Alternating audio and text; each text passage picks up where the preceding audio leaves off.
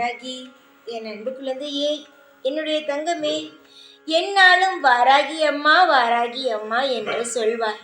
ஆனால் ஆனால் இந்த வாராகி அம்மா சொல்வதை நீ முழுமையாக நம்பி இருக்கிறாயா?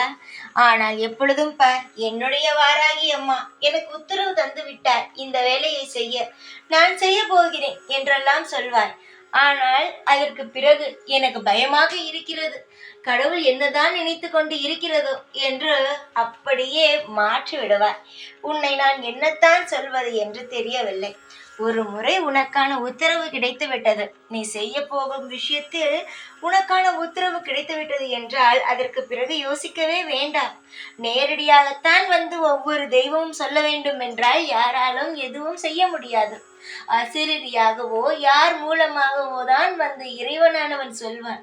இப்பொழுது நீ செய்ய போகும் விஷயம் நிச்சயமாகவே அமோகமாகும். அது உனக்கான அறிகுறிகள் எப்பயோ வந்து விட்டது. ஆனால் நீ பயந்து கொண்டே இருக்கிறாய்.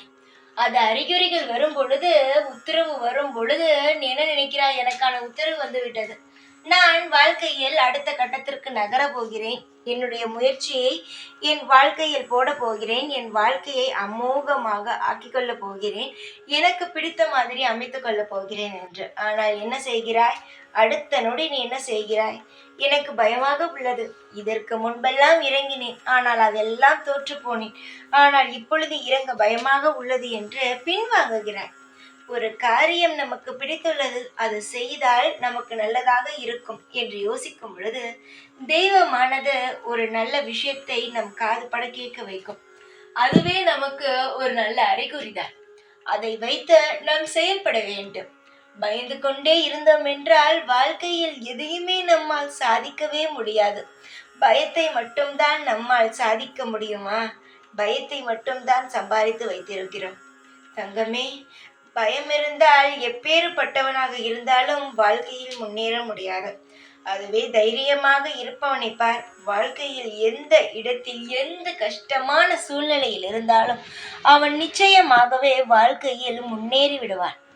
உன்னுடைய வாழ்க்கையில் நீ முன்னேற வேண்டும் என்பதற்காக நான் பல திட்டங்களை தீட்டி வைத்துவிட்டு உனக்கு நான் சொல்லிக் கொண்டு தான் இருக்கிறேன், இப்படி செய் அப்படி செய் என்று. அது நீ சொல்லும் பொழுது எல்லாம் சரி, நாம் யோசித்தது கடவுளுக்கு கேட்டு விட்டது, கடவுள் செய் என்று உத்தரவு தந்து விட்டார், நம்ம செய்ய ஆரம்பித்து விடுவோம் என்று நினைக்கிறாய்.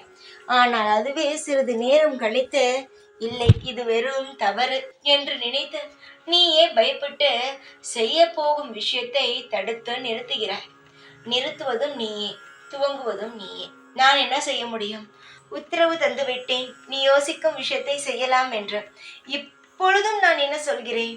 நீ மனதில் யோசித்து கொண்டு இருக்கும் விஷயம் நிச்சயமாகவே நீ செய்தால் வாழ்க்கையில் முன்னேறி விடுவாய்.